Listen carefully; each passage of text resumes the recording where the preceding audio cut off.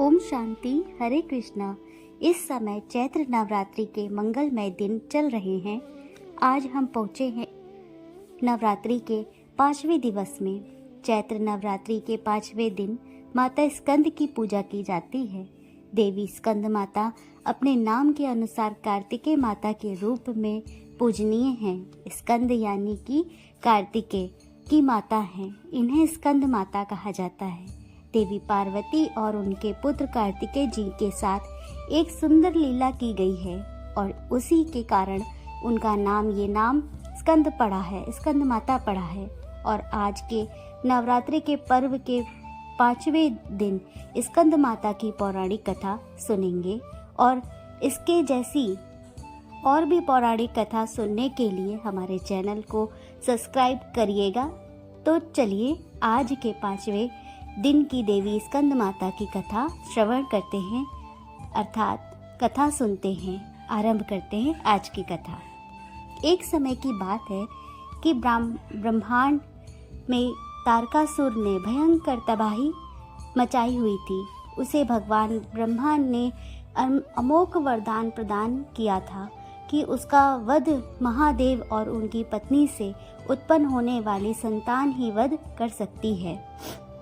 तारकासुर इस बात से भली भांति परिचय था कि महादेव योगी और तपस्वी हैं, इसलिए वे कभी भी विवाह नहीं कर सकते, तो वो उनकी संतान होने का तो प्रश्न ही नहीं उठता।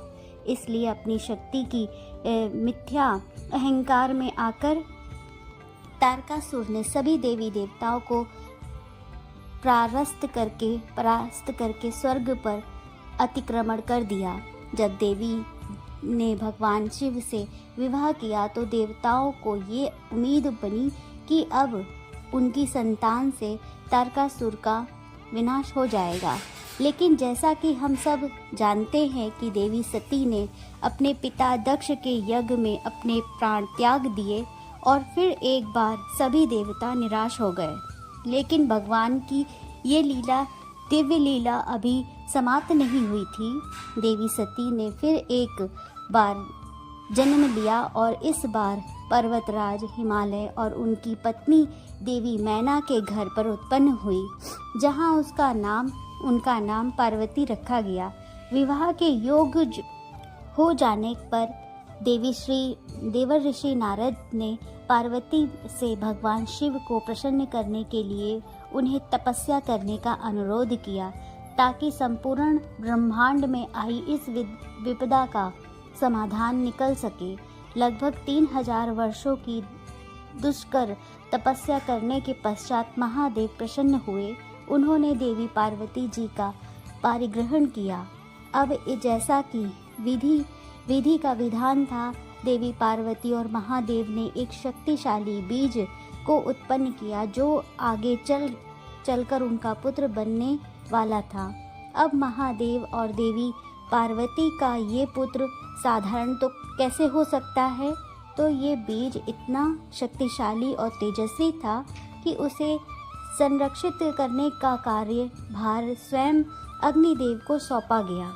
लेकिन अग्निदेव भी उस शक्तिशाली बीज के प्रचंड तेज से अप्रभावित नहीं रह पाए और उन्हें संभालने के लिए प्रयास में निष्फल रहे। अंततः उन्होंने शक्तिशाली बीज को देवी गंगा को सौंप दिया।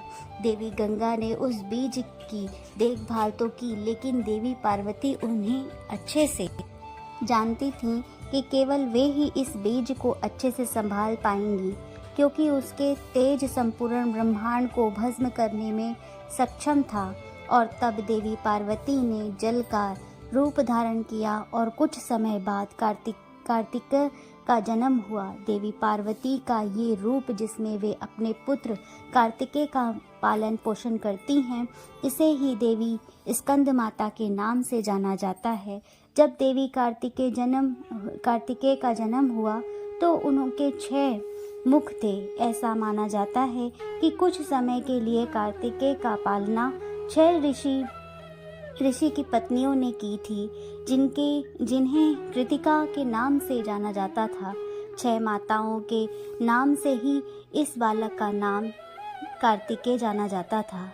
अपने इन 6 माताओं के नाम से ही इस बालक का नाम कार्तिकेय पड़ा। कार्तिकेय का जन्म जैसा देवताओं की एक उम्मीद की नई किरण साबित हुई। जब कार्तिकेय बड़े हुए और सब प्रकार के सभी विद्याओं में निपुण हो गए, देवताओं ने उन्हें अपना सेनापति बनाया। उन्होंने कार्तिकेय को अपना अस्त्र शस्त्र प्रदान करके हर प्रकार से शक्तिशाली बना दिया और उसके बाद कार्तिकेय ने तारकासुर के विरुद्ध धावा बोल दिया और उसका विनाश करके संपूर्ण ब्रह्मांड को उसे आतंक से मुक्ति दिलाई। चलिए हम आपको कार्तिकेय जी के एक बारे में एक रोचक जानकारी भी देते हैं कि एक बार की बात, जब वह ब्रह्मा जी से विद्या प्राप्त करने गए तो उन्होंने ब्रह्मा जी से ओम शब्द का अर्थ पूछा। तो ब्रह्मा जी ने 12,000 श्लोकों के साथ सहायता से कार्तिकेय जी को ओम का शब्द का अर्थ समझाया, लेकिन वह उनके उत्तर से संतुष्ट नहीं हुए। उसके बाद कार्तिकेय ने अपने पिता भगवान शिव से ओम का अर्थ पूछा तो भगवान शिव ने 12 लाख श्लोकों की सहायता से अपने पुत्र को ओम का गहरा अर्थ समझाया। कार्तिकेय को ओम का अर्थ समझ में आ गया तो उसके बाद उन्होंने स्वयं ही अपने ओम की व्याख्या की। और जानते हैं कि कितने श्लोकों में के बाद उन्होंने स्वयं ही ओम की व्याख्या और कितने श्लोकों से किया। 12 करोड़ श्लोकों से व्याख्या की।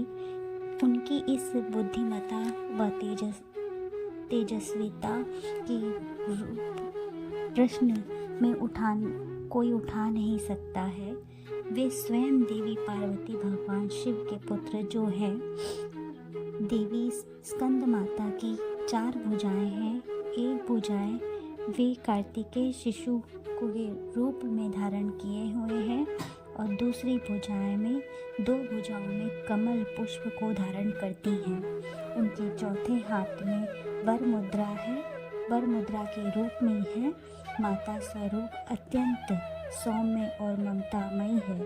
चैत्र नवरात्रि के 5वें दिन आप देवी स्कंद माता को पीला रंग अति प्रिय है, इसलिए इस दिन पीले रंग तथा सुनहरे रंग के वस्त्र धारण करके पूजा करना चाहिए। माता को पीले पुष्पों से माता का श्रृंगार करना चाहिए। भोग के लिए उन्हें पीले रंग के फल मिठाई अर्पित करनी चाहिए तथा केले का भी भोग लगाना चाहिए। माता को धनुष बाण भी अर्पण करना चाहिए, अति शुभ होता है। आपको जानकर हैरानी होगी कि देवी स्कंद माता की भारत में मात्र 2 ही स्थानों में विराजमान है। एक वाराणसी में और दूसरा की विदिशा मध्य प्रदेश में स्थित है। ऐसा कहा जाता है कि देवी के दर्शन करने मात्र से श्रद्धालुओं की सभी प्रकार के पाप नष्ट हो जाते हैं। तो ये थी चैत्र नवरात्रि के 5वें दिवस की स्कंद माता की पौराणिक कथा। आपको कैसी लगी हमें कमेंट करके ज़रूर बताइएगा। और अगर अभी तक आप चैनल में सब्सक्राइब नहीं किए हैं तो क्या सोचते हैं, जल्दी से इस चैनल को सब्सक्राइब करिएगा और नोटिफिकेशन ऑन करिएगा। आने वाली नवरात्रि की कथाओं को आपको सरलता से मिलती रहे। वेदों तथा पुराणों में से निकाली गई ये कथा सुनना अच्छा लगता है तो हमारे चैनल को लाइक शेयर सब्सक्राइब कीजिएगा। आप सभी का यहाँ तक का साथ देने के लिए धन्यवाद। हम नवरात्रि के 5वें देवी स्कंद माता से यही प्रार्थना करते हैं कि आप सभी को कामना पूरी हो तथा शिव के ज्ञान तथा कृष्ण की भक्ति आप सबको प्रदान हो।